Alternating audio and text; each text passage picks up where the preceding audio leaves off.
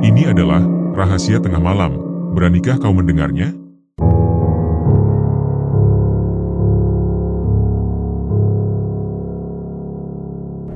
Malam itu, udara di kampung Sumberjati terasa lebih dingin daripada biasanya.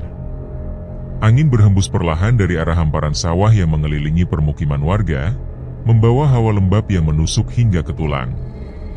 Suara jangkrik terdengar bersahut-sahutan, berpadu dengan gonggongan anjing yang kadang muncul dari kejauhan, menambah kesan sunyi dan mencekam.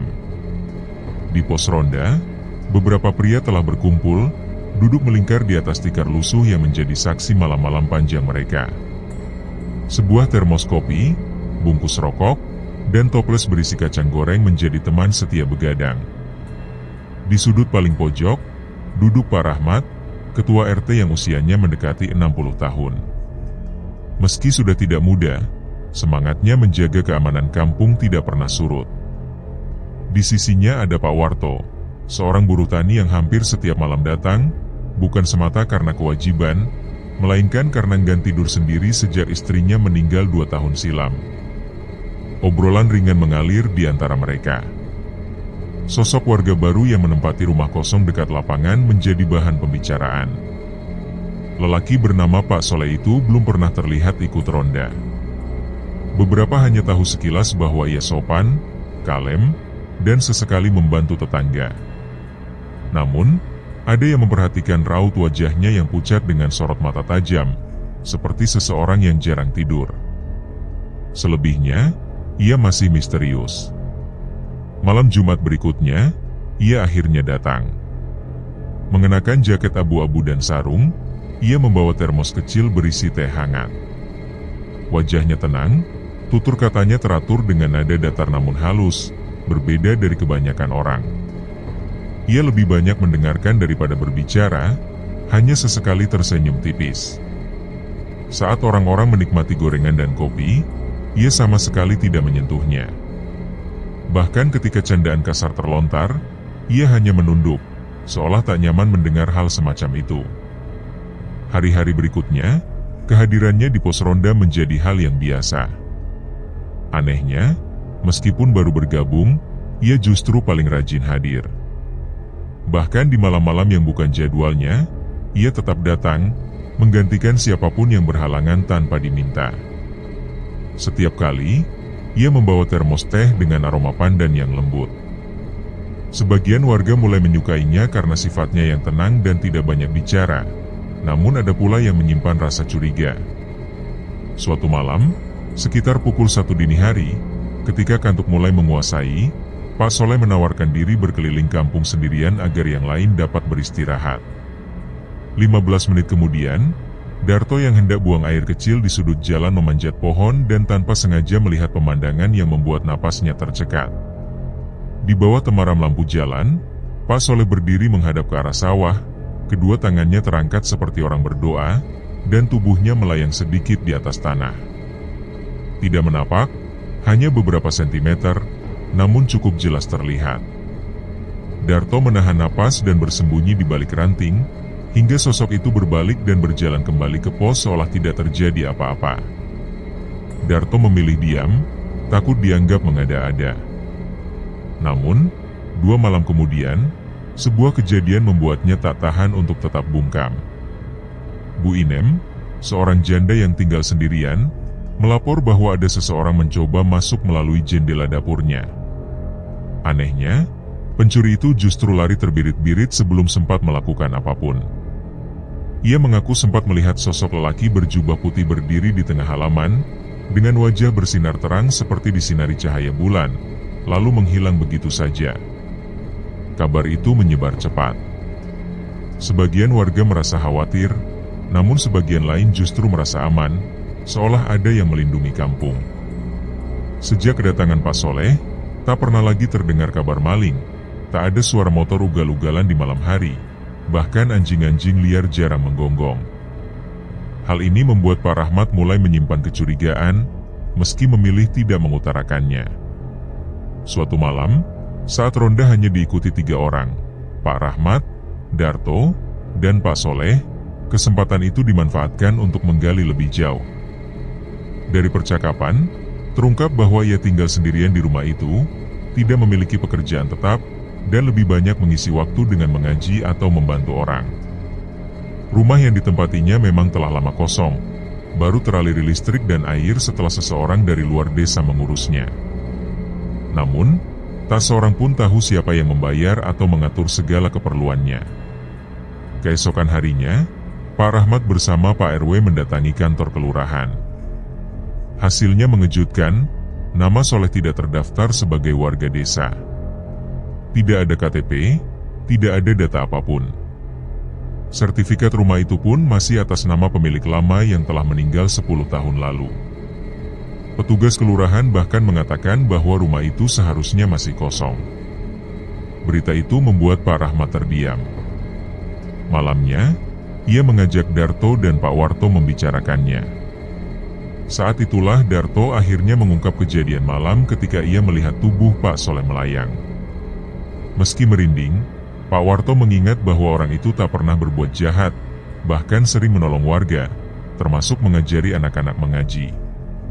Ketiganya saling berpandangan, dihantui rasa bingung antara takut dan kagum. Satu hal yang pasti, sosok yang mereka kenal sebagai pendatang baru itu mungkin bukan manusia biasa. Mereka sepakat untuk tidak terburu-buru, memilih mengamati lebih jauh, hingga suatu saat nanti, kebenaran tentang siapa sebenarnya Pak Soleh akan terungkap. Malam kembali menyelimuti kampung Sumberjati, membawa hawa dingin yang menusuk dan keheningan yang terasa lebih berat dari biasanya. Di pos ronda, suasana tampak seperti malam-malam sebelumnya. Namun di antara para peronda, tersimpan kegelisahan yang tak diungkapkan dengan kata-kata. Pak Rahmat, Darto, dan Pak Warto kini sering saling bertukar pandang setiap kali sosok Pak Soleh hadir. Warga lain belum mengetahui apa yang sedang mereka curigai, dan ketiganya sepakat untuk tidak membicarakan dugaan itu sebelum memperoleh kepastian. Pak Soleh tetap datang seperti biasanya, membawa senyum tipis, termos berisi teh harum, dan sapaan ramah kepada semua orang. Tidak ada perubahan dalam sikapnya. Bahkan, ia kian sering membantu warga tanpa diminta. Sore itu, ia tampak mengecat pagar musala, sementara di hari lain ia hadir saat warga bergotong royong membersihkan selokan, membawa air mineral dan roti untuk dibagikan. Bagi sebagian warga, ia adalah contoh warga yang patut diteladani. Namun, bagi mereka yang mengetahui bahwa rumah yang ditempatinya tidak memiliki pemilik resmi, semua kebaikan itu justru terasa semakin janggal. Obrolan kecil mulai beredar di antara mereka yang curiga. Rumah itu tak pernah terlihat menyalakan lampu di malam hari, namun Pak Soleh selalu membawa teh hangat dan kerap menyediakan makanan. Tidak ada meteran listrik, tetapi ia seolah memiliki sumber daya yang cukup. Air pun mengalir normal, meski sebelumnya rumah tersebut bertahun-tahun tak berpenghuni. Kejanggalan ini perlahan menumpuk, hingga suatu malam, Pak Rahmat memutuskan untuk menanyakannya langsung. Sekitar pukul 1 dini hari, saat pos ronda mulai sepi dan sebagian warga telah pulang, hanya tersisa 4 orang, Pak Rahmat, Darto, Pak Warto, dan Pak Soleh. Suasana tenang, hanya suara gesekan daun yang tersapu angin terdengar dari kejauhan. Pertanyaan itu pun terlontar, dilandasi rasa ingin tahu yang telah lama mengendap. Tatapan Pak Soleh tetap tenang, seolah sudah lama menunggu momen itu. Ia mengakui tidak berasal dari kota manapun, tidak memiliki identitas, dan tidak memegang surat-surat rumah yang ditempatinya. Rumah itu hanyalah tempat ia menumpang tinggal, namun bukan kepada manusia ia menumpang, melainkan kepada dunia itu sendiri. Pengakuan itu membuat udara di sekitar pos ronda terasa semakin dingin. Ia menjelaskan bahwa dirinya bukanlah manusia, melainkan jin yang telah memeluk Islam sejak lama, tidak mengikuti golongan yang mengganggu manusia, dan justru diperintahkan untuk menjaga ketentraman. Cerita itu mengalir tenang, tanpa sedikit pun nada mengancam. Ia mengisahkan bahwa sebelum tinggal di kampung ini, ia mendiami sebuah tempat sunyi di perbukitan. Namun, ketenangan di sana sirna ketika banyak manusia datang untuk tujuan pesugihan dan permintaan-permintaan buruk. Ia meninggalkan tempat itu dan menemukan kedamaian di Sumberjati. Sosoknya dapat menampakkan wujud manusia karena kemampuan dari golongannya, meski ia tak dapat menyentuh makanan manusia dan tak betah tinggal di tempat yang terlalu terang. Sebab itulah ia selalu pergi sebelum azan subuh. Ketiganya menatapnya dengan perasaan campur aduk. Tidak ada rasa terancam, justru ada ketentraman yang sulit dijelaskan. Sosok ini berbeda jauh dari gambaran jin jahat yang sering mereka dengar di cerita-cerita lama. Ia mengaku memahami risiko tinggal di tengah manusia, termasuk kemungkinan diusir, namun baginya membantu manusia yang baik adalah bentuk ibadah. Malam itu berlalu tanpa canda atau tawa. Mereka hanya duduk hingga ayam berkokok, dan Pak Soleh pamit seperti biasa. Bedanya, kali ini ia pergi dengan tatapan mata yang lebih dalam. Keesokan harinya, Pak Rahmat mengumpulkan beberapa tokoh masyarakat. Ia tidak mengungkapkan seluruh cerita, hanya mengatakan bahwa Pak Soleh adalah sosok istimewa yang memberi banyak manfaat bagi warga. Disepakati bahwa selama ia tidak menimbulkan masalah, tidak ada alasan untuk mencampuri urusannya. Hari-hari berikutnya, kampung terasa lebih teratur. Musala menjadi lebih ramai, ronda lebih tertib, dan anak-anak lebih bersemangat mengaji. Namun, sejak malam pengakuan itu, para peronda yang pernah duduk bersama Pak Soleh mulai menjaga ucapan, menghindari keluhan, dan selalu mengucap basmalah sebelum menyentuh makanan. Ada rasa seolah kampung Sumberjati kini mendapatkan perlindungan yang tak dapat diberikan manusia biasa. Meski begitu, satu pertanyaan masih menggantung di benak Darto dan Pak Rahmat. Apakah hanya satu jin yang tinggal di kampung ini, atau ada lainnya yang belum menampakkan diri? Pertanyaan itu mulai mendapatkan bayangannya seminggu setelah pengakuan di pos ronda. Permukaan kampung tampak sama, tetapi bagi mereka yang tahu, malam terasa lebih hening. Suara ketukan tongkat ronda yang biasanya terdengar teratur kini sering terhenti, seperti para penjaga malam sedang menimbang-nimbang sesuatu. Pak Rahmat tetap berusaha bersikap netral, namun pikirannya tak henti memutar kemungkinan. Jika Pak Soleh datang seorang diri, bagaimana jika ada jin lain yang mengikutinya, atau bahkan dari golongan yang tidak sebaik dirinya? Suatu malam, hujan gerimis turun. Kabut tipis menyelimuti jalanan sempit, dan giliran ronda jatuh kepada Darto, Pak Idi, serta seorang warga baru bernama Pak Mahfud. Lelaki itu pindah dari desa tetangga, dikenal tertutup, jarang berbicara, dan lebih sering terlihat keluar rumah menjelang maghrib. Tidak banyak yang mengenalnya, namun karena ia mendaftarkan diri ikut ronda, warga tidak menaruh curiga. Malam itu, mereka duduk di pos ronda ditemani kopi panas dan singkong goreng. Pak Mahfud hanya diam, tatapannya sesekali mengarah ke jalan yang diselimuti kabut. Darto mencoba mengajaknya berbicara, namun jawaban yang keluar hanya singkat dan terputus-putus. Jam menunjukkan pukul 00.37 ketika terdengar suara langkah tergesa dari arah utara. Langkah itu berat, seolah berasal dari seseorang yang mengenakan sepatu boot berlapis lumpur. Pak Idi berdiri, menyorotkan cahaya senter, namun yang tertangkap hanyalah bayangan hitam melintas cepat melewati gang kecil. Ia melangkah maju, tapi yang menjawab hanyalah suara pintu rumah Pak Soleh yang terbuka pelan, seperti merespon sesuatu. Darto segera menarik lengan Pak Idi, mengingatkan akan peristiwa lama sebelum pengakuan Pak Soleh. Saat itu, Pak Mahfud yang sejak awal diam, akhirnya bersuara. Nada bicaranya berat dan serak, menegaskan bahwa sosok yang baru saja lewat bukan dari golongan yang sama seperti kejadian terdahulu. Mata Pak Idi membesar ketika Pak Mahfud menambahkan bahwa dirinya pun bukan manusia. Ia berbeda golongan dengan Pak Soleh, namun tidak berasal dari pihak yang jahat. Kedatangannya dilatar belakangi pengetahuan bahwa ada sosok lain yang mengikuti jejak ke kampung ini dengan niat yang tidak baik. Keheningan menyelimuti, bahkan suara gerimis seolah lenyap. Darto bertanya dengan nada berat, mencoba memastikan jumlah makhluk yang kini menghuni kampung mereka. Pak Mahfud menyebut angka 3. Sosok yang terlihat tadi adalah jin yang dulunya tinggal di kawasan hutan karet, penyuka kesunyian. Saat hutan itu digunduli untuk perumahan, ia mengembara. Mengetahui bahwa Pak Soleh pindah ke sini dan diterima dengan baik, kemarahannya meledak, merasa wilayahnya direbut.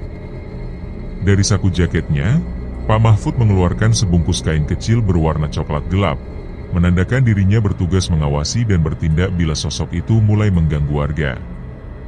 Darto yang pucat hanya mampu duduk kembali, sementara Pak Mahfud mengingatkan bahwa manusia sering terlambat percaya. Namun kali ini mereka beruntung karena ada dua pihak yang menjaga dari dalam. Malam itu, mereka tidak melanjutkan ronda seperti biasa. Bertiga, mereka berjaga di pos hingga fajar, ditemani bunyi rintik hujan dan sesekali gemerisik dari arah gang kecil. Keesokan paginya, kabar aneh mulai beredar. Pak Slamet, tukang ojek yang biasa mangkal di dekat warung Buminah, mengaku melihat sosok hitam tinggi besar berdiri di depan musola selepas Isya. Mata sosok itu merah menyala seperti bara. Begitu lampu motor dinyalakan, wujud itu lenyap seketika. Embok Warti, penjual jamu keliling, juga bercerita mendengar bisikan lirih memanggil namanya dari sumur belakang rumah. Setelah ia melempar garam ke dalamnya, suara itu hilang. Pak Rahmat kemudian mengumpulkan para tetua kampung dan tokoh agama. Tanpa menjelaskan secara gamblang siapa Pak Soleh dan Pak Mahfud, ia menegaskan bahwa kampung mereka sedang berada di bawah pengawasan makhluk tak kasat mata. Tidak semua percaya, namun tak seorang pun berani meremehkan. Beberapa malam berikutnya, keanehan semakin menjadi. Lampu jalan dekat lapangan bola mendadak mati. Darto dan Pak Idi yang sedang ronda mendengar suara tangisan lirih dari arah lapangan. Suara itu terdengar seperti perempuan, namun di sela-selanya terselip geraman rendah layaknya binatang. Saat mereka mendekat, sinar senter terasa tertelan kegelapan, hanya menembus 2 langkah sebelum padam. Pak Mahfud muncul dari balik pohon di tepi lapangan, mengingatkan agar mereka tidak mendekat. Ia menegaskan akan berbicara dengan Pak Soleh pada malam berikutnya. Tangisan itu terhenti tiba-tiba, digantikan hembusan angin kencang yang menyapu dedaunan.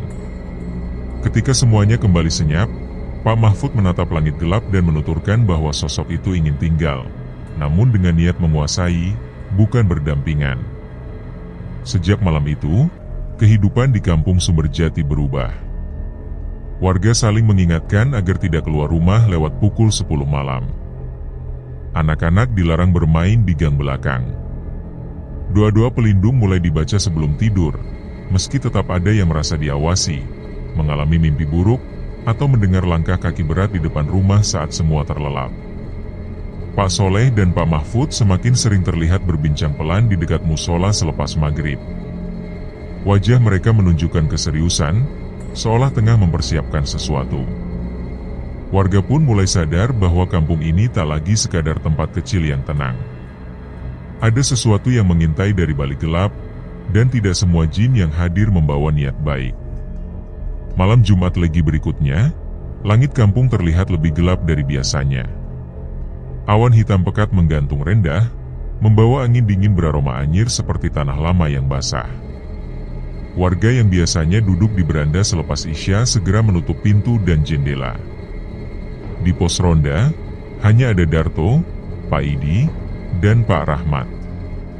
Mereka duduk tanpa banyak bicara, waspada setelah kejadian malam sebelumnya ketika lampu-lampu rumah di sisi selatan padam serentak tepat pukul 1 dini hari. Saat menyala kembali, beberapa warga mengaku melihat sosok tinggi berambut panjang berdiri di tengah jalan sebelum menghilang. Pak Soleh tidak datang ke pos ronda malam itu. Namun, menjelang tengah malam, ia terlihat berdiri di halaman musola dengan sarung dan peci putih, memandang langit lalu duduk bersila menunduk. Beberapa warga menyaksikannya dari jauh tanpa berani mendekat. 5 menit kemudian, Pak Mahfud datang membawa sesuatu yang terbungkus kain hitam, langsung menghampiri Pak Soleh. Mereka berbincang singkat, lalu memejamkan mata bersamaan. Tak lama kemudian, terdengar suara seperti pasir yang ditabur di atas ubin musola. Suasana malam mendadak terasa lebih mencekam. Darto yang memperhatikan berbisik bahwa mereka tampaknya mulai melakukan sesuatu. Pak Rahmat hanya mengangguk, mengingatkan agar tidak mendekat.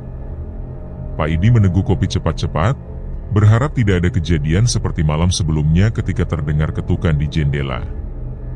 Namun kali ini, ketukan terdengar dari pagar besi tua di dekat rumah Pak Lurah. 3 kali ketukan keras, seperti dipukul benda logam. Mereka bertiga segera berdiri. Lampu jalan yang mengarah ke pagar tiba-tiba padam. Suara langkah pelan terdengar mendekat.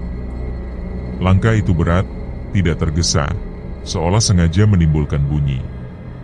Pak Mahfud berdiri di depan musola, berseru agar langkah itu berhenti. Suara itu patuh, namun sesaat kemudian, angin bertiup kencang dari arah selatan, menyapu dedaunan dan mengangkat debu hingga membentuk pusaran kecil di tengah jalan. Pak Soleh segera membaca sesuatu dengan cepat, lalu melempar segenggam pasir dari kantong kecilnya. Pasir itu memancarkan cahaya kemerahan ketika menyentuh tanah, membentuk lingkaran terang di sekitar musola. Sosok hitam yang menjadi sumber kegaduhan mendesis keras, lalu berbalik dan menghilang ke arah kebun bambu. Malam kembali tenggelam dalam kesenyapan, namun bukannya menghadirkan ketenangan, hawa tegang justru semakin merayap di udara. Pak Idi duduk kembali di kursinya, wajahnya pucat dan tangannya bergetar. Pandangan matanya masih menyimpan bayangan mengerikan yang baru saja disaksikannya. Sepasang mata berkilat layaknya bara api yang hidup. Sementara itu, Pak Rahmat memejamkan mata, menarik napas dalam, menyadari bahwa ancaman kali ini bukan sekadar gangguan biasa. Keesokan harinya, Pak Soleh memanggil beberapa tokoh kampung untuk berkumpul di rumahnya. Di ruang tamu yang sederhana namun tertata bersih, mereka duduk membentuk lingkaran. Pak Mahfud hadir sambil membawa beberapa lembar kertas kuno, sobekan dari kitab tua. Ia mengungkapkan bahwa sosok yang datang malam sebelumnya bukanlah jin sembarangan.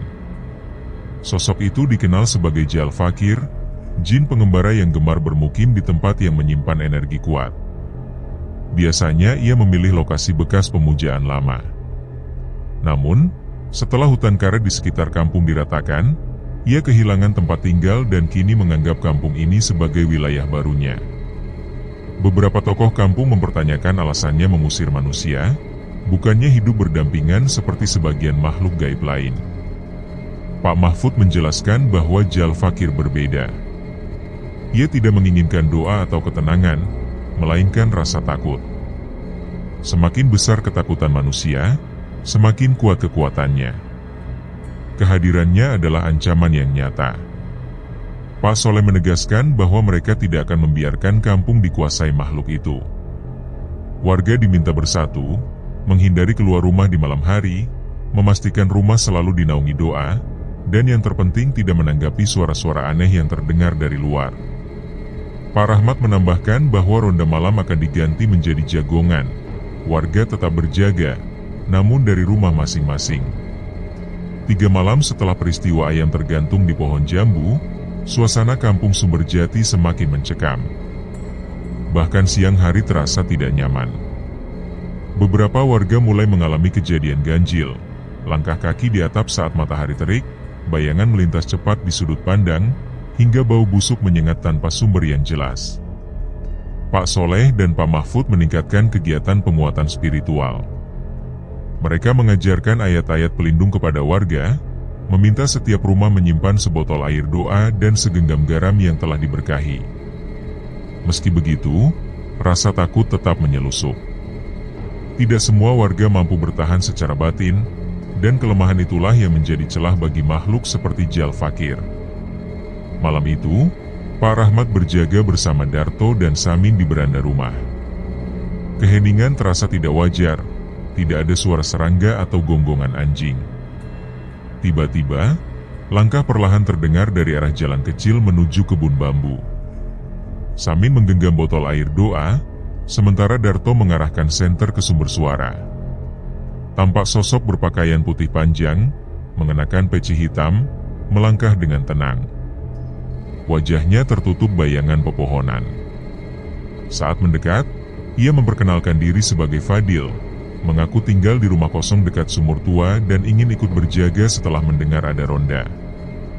Penampilannya bersih dan ramah, namun hawa dingin yang menyertainya membuat bulu kuduk meremang. Fadil duduk di sudut beranda, menggelar sajadah, dan mulai berzikir dengan suara lirih yang menenangkan. Keanehan muncul ketika suasana tegang kampung seakan mereda dengan kehadirannya. Malam itu berlalu tanpa gangguan, dan saat fajar, Fadil pamit kembali ke rumah kosong tersebut. Keesokan harinya, Pak Soleh mendengar kabar dari Pak Rahmat tentang kehadiran Fadil. Siang itu, mereka mendatangi rumah dekat sumur tua. Pintu terkunci, jendela berdebu, halaman dipenuhi daun kering dan rumput liar. Saat menyentuh gagang pintu, Pak Soleh merasa panas seperti terbakar. Pak Mahfud datang membawa air doa, menaburkannya di tanah, dan asap tipis muncul disertai desisan halus dari balik dinding. Keduanya menyadari bahwa Fadil bukan manusia, melainkan jin muslim. Ia berbeda dari Jal Fakir, tidak berniat jahat, dan mungkin datang untuk membantu melindungi kampung. Disepakati bahwa keberadaannya akan diterima. Namun, pada malam berikutnya, Fadil tidak muncul. Rasa cemas mulai tumbuh. Dalam pertemuan rahasia di musola, Riko, pemuda yang memiliki indera keenam, mengungkap bahwa Fadil tengah menghadang Jal Fakir dan makhluk lain yang membawanya. Makhluk itu membawa sebuah wadah, semacam jembatan agar lebih banyak entitas dapat masuk. Dan pintu pembuka itu ternyata berasal dari seseorang yang tanpa sadar menyimpan benda warisan lama yang seharusnya dimusnahkan. Dari pengakuan Samin, istrinya menemukan kendi kecil saat membersihkan gudang. Riko segera memastikan bahwa itulah pemicunya. Mereka bergegas ke rumah Samin, dan saat kendi dikeluarkan, hawa dingin menyelimuti ruangan. Uap tipis keluar dari lubang kendi. Dengan sarung tangan dan kain putih, Riko memasukkannya ke kotak kayu yang dibawa Pak Soleh. Doa-doa dilantunkan, lalu kendi dikubur di belakang musola dengan tanah dan garam sesuai petunjuk yang pernah diberikan Fadil. Tidak lama setelah penguburan, raungan panjang terdengar dari kebun bambu, disusul ledakan kecil dan pendar merah di langit barat. Riko terjatuh, menggigil, sambil berbisik bahwa mereka marah, namun gerbang menuju dunia mereka kini telah tertutup. Beberapa menit setelah ketegangan mereda, sosok Fadil muncul dari kegelapan malam. Jubah putih yang membalut tubuhnya tampak robek di beberapa bagian, wajahnya pucat, dan sorot matanya memancarkan kelelahan yang dalam. Ia duduk di serambi musola tanpa sepatah kata pun, menerima sebotol air doa dari Pak Soleh, yang langsung diteguknya perlahan. Ketenangan di wajahnya disertai pesan yang jelas, ancaman itu memang telah pergi, namun kewaspadaan tetap harus dijaga. Pandangannya kemudian terarah pada Pak Rahmat, yang dengan nada penuh hormat ingin mengetahui alasan dibalik bantuan yang ia berikan kepada kampung ini. Fadil menatapnya dalam, seakan menggali kembali lapisan waktu yang telah berlalu berabad-abad. Ia mengisahkan masa ketika kampung ini masih berupa dusun kecil di tepi sungai, tempatnya hidup berdampingan dengan manusia, beribadah, dan berdagang seperti layaknya penduduk biasa. Hingga suatu malam kelam, ia dibakar hidup-hidup oleh orang-orang yang menuduhnya pembawa sial akibat kegagalan panen. Saat nyawanya meregang, ia tetap larut dalam zikir, tanpa membalas dendam, tanpa menyimpan kebencian. Ruhnya tak pernah berpindah sepenuhnya, memilih menetap di sini dengan keyakinan bahwa kelak kebaikan dan kejahatan akan kembali berhadapan di tanah ini. Keheningan menyelimuti semua yang mendengarnya. Samin, dengan penyesalan yang dalam, menggenggam lututnya erat, menyesali bahwa kendi terkutuk itu sempat berada di rumahnya. Fadil melanjutkan bahwa ia tak akan menetap lagi, sebab tugasnya telah selesai. Jal Fakir telah diusir, para pengikutnya tak lagi mampu menembus kampung ini tanpa jembatan yang kini telah terkubur. Namun ia meninggalkan peringatan, jika suatu saat tanah itu digali kembali, bencana akan terulang.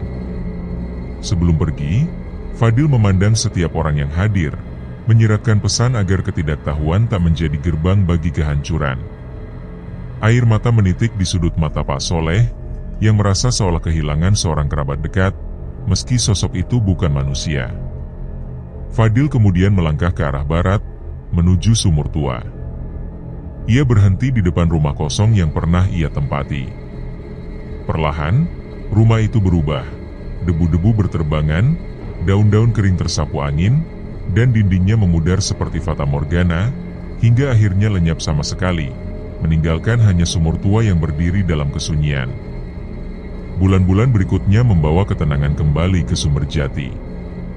Ronda malam tetap dilakukan, namun dengan iringan doa yang lebih khusyuk. Warga semakin sering memakmurkan musola, anak-anak bersemangat belajar mengaji, dan tak ada lagi gangguan aneh. Tidak ada suara misterius, tidak ada ayam tergantung, tidak ada aroma busuk yang mengendap di udara. Yang terpenting, rasa takut tak lagi berkuasa. Pada malam-malam tertentu, sebagian warga tua mengaku mendengar lantunan zikir lirih dari arah kebun bambu, suara lembut yang menenangkan hati. Tak ada ketakutan yang menyertainya, sebab mereka telah mengerti bahwa bahkan jin pun dapat lebih baik dari manusia, dan mampu menjaga jika manusia mau membuka hati. Nama Fadil tetap menjadi rahasia di antara mereka yang mengetahui, hanya disebut dalam doa, sebagai penjaga sunyi dari balik batas dunia.